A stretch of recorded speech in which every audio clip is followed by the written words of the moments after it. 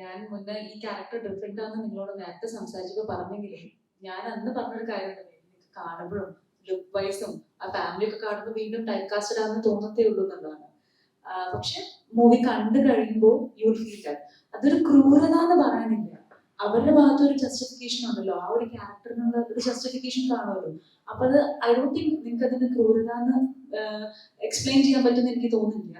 കാരണം എല്ലാം നഷ്ടപ്പെട്ട് മെന്റലി ഡിസ്റ്റർബ്ഡ് ആയിട്ടുള്ള ഒരാളായിരുന്നു. അവിടെ നിന്ന് റീഗെയിൻ ചെയ്ത് വരുമ്പോൾ അവർ കാണിക്കുന്ന കാര്യങ്ങളാണത്.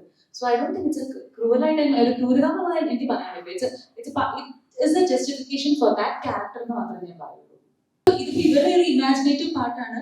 ഈ ഒരു ക്യാരക്ടറിന്റെ പോയിന്റ് ഓഫ് വ്യൂവിൽ നിന്ന് എങ്ങനെയാണെന്നുള്ളതാണ് പറയുന്നത്. കാരണം അവർ ഇൻക്ലൂഡഡ് ആവാത്ത ഒരു സാധനത്തിനാണ് അവരെ ശിക്ഷിക്കപ്പെട്ടത്. പക്ഷെ പിന്നീട് അവരുടെ ഒരു പോയിന്റ് ഓഫ് വ്യൂ ആണ് ഇവരുടെ ഒരു ഇമാജിനേറ്റീവ് പാർട്ടിലൂടെ വരുന്നത്. സോ ഇറ്റ്സ് നോട്ട് ലൈക്ക് എല്ലാ സ്ത്രീകളും എല്ലാ കൊലപാതകങ്ങളും ഞങ്ങൾ ന്യായീകരിക്കുക എന്നുള്ളതല്ല.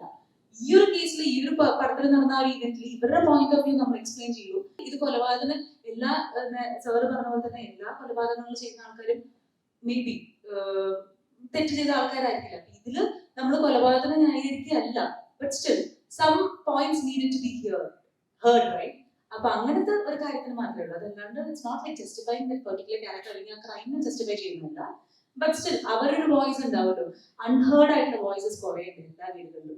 കാരണം ഈ പടം കഴിഞ്ഞിട്ട് ഞാൻ പറയുകയാണത്, ഇത് റിവ്യൂവേഴ്സോ അല്ലെങ്കിൽ അങ്ങനത്തെ ആൾക്കാരല്ല.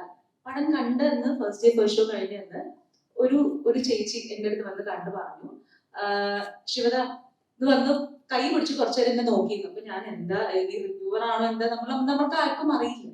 വന്ന് പറഞ്ഞു, ഈ ഒരു ഇൻസിഡന്റ് എന്റെ വീട്ടിൽ നടന്നതേ ശിവദ. ഞാൻ പറഞ്ഞപ്പോ എനിക്ക് പ്രാന്താന്ന് എന്നെ പറഞ്ഞതാണ്. ഞാൻ എന്റെ ഹസ്ബൻഡിന്റെ തലക്കിട്ട് ഒരു വിളക്ക് വെച്ച് അടിച്ചിട്ട് പോകുന്ന ആളാണ് എന്നോട് പറഞ്ഞു.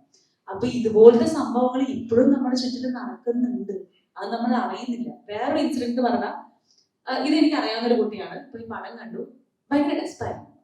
അപ്പോ ഷീ ടോൾഡ് മീ ലൈക്ക് അതൊട്ടും ഒത്തിരി ഹൈഫൈ ഫാമിലിയിലേക്ക് ഒന്നല്ല, ഒരു നോർമൽ കുടുംബത്തിലെ ഒരു കുട്ടിയാണ്.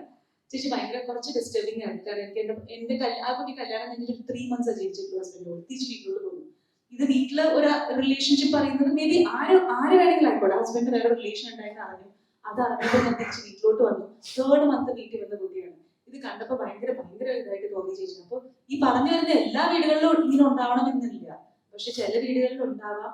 അത് പറയാൻ ധൈര്യപ്പെടാതെ ഇരിക്കുന്ന ആൾക്കാർ ഇപ്പോഴും നമുക്കിടയിൽ ഉണ്ടാവും.